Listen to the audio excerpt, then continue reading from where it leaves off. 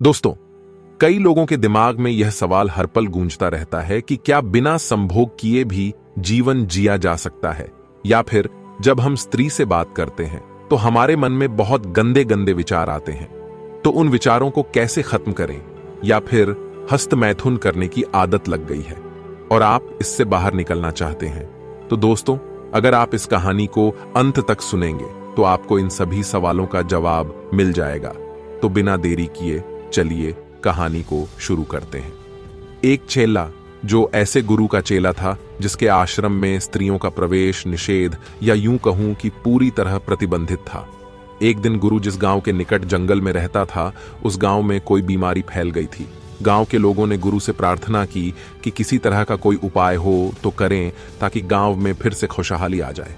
तब गुरु ने एक अनुष्ठान करने का फैसला किया, जिसके तहत गांव के लोगों को अपने घरों में ही रहने के लिए कहा गया, तथा गुरु अपने दूसरे पारंगत शिष्यों के साथ अनुष्ठान करने में लग गया। दवाई व हवन सामग्री तैयार होने लगी।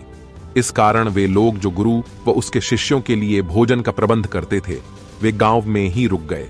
इसलिए गुरु ने अपने सबसे छोटे चेले को भेजा गांव में भिक्षा लेने के लिए, और कहा कि यह रास्ता सीधा गांव में जाता है, और गांव में जाकर हमारे लिए पर्याप्त भोजन लेकर आओ। उस चेले ने जीवन में पहले कभी किसी स्त्री को नहीं देखा था। उसका जन्म होते ही उसके माता पिता ने उसे गुरु की सेवा में भेंट कर दिया था। चेला गांव की ओर चला पड़ा, एक बड़े झोले के साथ व सहारे के लिए लाठी लेकर। गांव में पहुंचकर उसने एक घर के बाहर भिक्षा के लिए आवाज लगाई।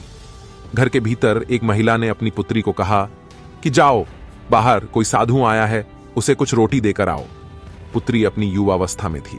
जब वह भोजन लेकर उस किशोर चेले के पास गई तो चेले ने देखा कि यह कैसा पुरुष है जिसका सीना इतना उभरा हुआ क्यों है। क्योंकि उसने पहले कभी स्त्री को नहीं देखा था, तो उसने सोचा शायद यही बीमारी है, क्योंकि इतनी कद काठी होने के बाद भी न तो मूछें हैं न दाढ़ी है। तो चेले ने जिज्ञासा कारण रोटी देने आई लड़की के स्तनों को छू कर देखा, जिसे छूते ही वो लड़की चिल्लाने लगी और दौड़कर अपनी मां को बुलाकर लाई। जब चेले ने उसकी माता को देखा और उसकी आवाज सुनी तो दंग रह गया कि ये तो बहुत ही भयानक बीमारी है। लेकिन लड़की की मां उस चेले पर लगी भली बुरी बातें कहने कि कैसा निर्लज्ज है, साधु के भेष में भेड़िया है तू, तुझे शर्म नहीं आती जो मेरी पुत्री को छेड़ रहा है। इतना सुनने पर चेले ने पूछा कि क्या इस गांव में जो बीमारी फैली हुई है, ये उसी के कारण आपके शरीर में ये बदलाव हुए हैं? क्या उसी के कारण तुम्हारे सीने इतने बड़े हो गए हैं और तुम्हारी आवाज पतली हो गई है, साथ में दाढ़ी और मुंह भी झड़ गई हैं? मैं तो इसी जिज्ञासा के कारण इसे छू कर देख रहा था। इतना सुनकर महिला ने उसे कहा कि लड़की को छेड़ने के लिए मेरा पति तुम्हें बहुत कठोर दंड देगा अगर उसे पता चला। इसलिए जा भाग, यहां से तू बड़ा ही कोमल है। मैं नहीं चाहती कि तुम्हारी पिटाई हो, और दोबारा अपनी शक्ल इस गांव में मत दिखाना। वह चेला हैरान हुआ, वहीं से अपने गुरु के पास लौट गया। उसने ऐसा गलत क्या कर दिया जो उसे इतने क्रोध का सामना करना पड़ा। वापस पहुंचकर सीधा अपने गुरु को पूरी घटना सुनाई और पूछा कि यह क्या रहस्य था। गुरु ने बताया कि हर एक योनि में एक नर व एक मादा होती है। यहां तुम जितने भी लोग देख रहे हो ये सभी नर हैं, और वो जो तुमने देखी थी गांव में वे मादाएं थीं। चेले ने पूछा कि फिर उनके सीने इतने उभरे हुए क्यों थे? तब गुरु ने और गहराई में जाते हुए बताया कि मादा के अंदर भगवान ने गर्भ बनाया है। जब मादा बड़ी होने लगती है तो धीरे धीरे उसके स्तन भी बड़े होने लगते हैं, ताकि जब वह बड़ी होकर गर्भ धारण करेंगी तो उसके गर्भ से उत्पन्न बालक इस संसार में आकर दूध पी सके।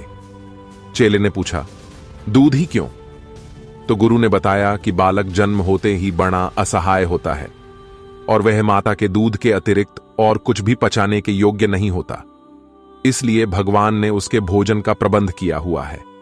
यह सब सुनकर चेले को सब कुछ समझ आ गया, और गुरु को कहने लगा कि हे गुरुदेव, मुझे माफ करना, जब उस भगवान ने उस अजन्मे बालक के लिए भोजन का प्रबंध पहले से ही कर दिया है, जो पता नहीं कब जन्म लेगा। और मैं मूर्ख बना इसी चिंता में था कि कल क्या क्या होगा। अब मेरी हर समस्या और चिंता का समाधान हो चुका है। उस परमात्मा ने मेरे लिए भी मेरे जन्म से पहले ही पूरा प्रबंध कर डाला था, और मैं पता नहीं कहां किस कारण अपने आप को कर्ता मानकर जीवन जी रहा था, कि जो कुछ हो रहा मेरे साथ वह मैं ही कर रहा हूं। मेरा अंधकार दूर हुआ महाराज, मुझे अब कोई चिंता नहीं रही। वो परमात्मा ही सबको कर्ता के भ्रम में डालकर खुद ही करता है। मेरे लिए अब उसकी भक्ति के अतिरिक्त कुछ नहीं बचता। मैं चला उसकी ओर। गुरु ने चेले से कहा कि तुम्हारी शिक्षा पूरी हुई, जाओ और लीन हो जाओ अपनी भक्ति में। जब हमारा अज्ञान दूर हो जाता है तो इसी प्रकार का वैराग्य जन्म लेता है और उसके बाद कोई भोग करने की इच्छा नहीं बचती। मेरा मानना है कि इस संसार में सब कुछ संभव है। यौन संबंध बनाने की इच्छा जब तक मस्तिष्क में रहती है तब मानव इससे दूर या इसे किए बिना नहीं रह सकता। जो व्यक्ति ये कहता है कि वह यौन संबंध नहीं बनाता तो वह हो सकता है कि शारीरिक रूप से संबंध न बनाता हो या बनाने योग्य न रहा हो, परंतु उसका मस्तिष्क सब कुछ कर चुका होता है। जब मस्तिष्क पूर्ण रूप से वैरागी हो जाता है तो तब मानव सारे संबंधों से मुक्त हो जाता है। दोस्तों, अगर आप इस कहानी से सहमत हैं तो कृपया कमेंट बॉक्स में यस लिखकर हमें फीडबैक दें और ऐसी ही प्रेरणादायक कहानी हर रोज सुनने के लिए हमारे चैनल को सब्सक्राइब करके बेल आइकन को ऑल पर प्रेस कर लें। दोस्तों, आज के लिए सिर्फ इतना ही। हम फिर मिलेंगे एक और नई प्रेरणादायक कहानी के साथ। तब तक के लिए आप जहां भी रहिए खुश रहिए और खुशियां बांटते रहिए।